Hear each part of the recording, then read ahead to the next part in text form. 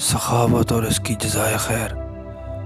اشب بن جبیر کا بیان ہے کہ میں شہر کی گلی سے گزر رہا تھا، ایک آدمی سے میری ملاقات ہوئی۔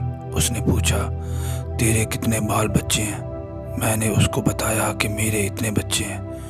وہ مجھے کہنے لگا، مجھے حکم ہوا ہے کہ جب تک تو زندہ ہے تیری اور تیرے بال بچوں کی ضروریات کا بندوبست کرتا رہوں۔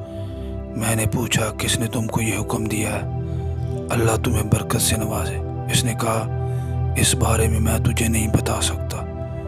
میں نے عرض کیا، احسان کرنے والے کا شکریہ ادا کیا جانا ضروری ہے۔ اس نے کہا، جس نے مجھے تیری اور تیرے بال بچوں کی کفالت کی ذمہ داری دی ہے وہ تیرا شکریہ نہیں چاہتا۔ اشب بن جبیر کا بیان ہے، میں اپنا اور اپنے بال بچوں کا روزانیہ حاصل کرتا رہا۔ ایک عرصے بعد خالد بن عبداللہ بن عمر بن عثمان کا انتقال ہو گیا۔ میں بھی لوگوں کے ساتھ تعزیت میں شریک ہوا۔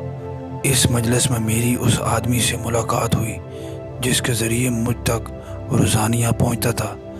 اس نے اپنے آنسو پوچھتے ہوئے مجھ سے کہا، اے اشب، اللہ کی قسم یہی وہ تمہارا محسن تھا جو تم پر خرچ کرتا تھا اور میں تجھ تک پہنچایا کرتا تھا۔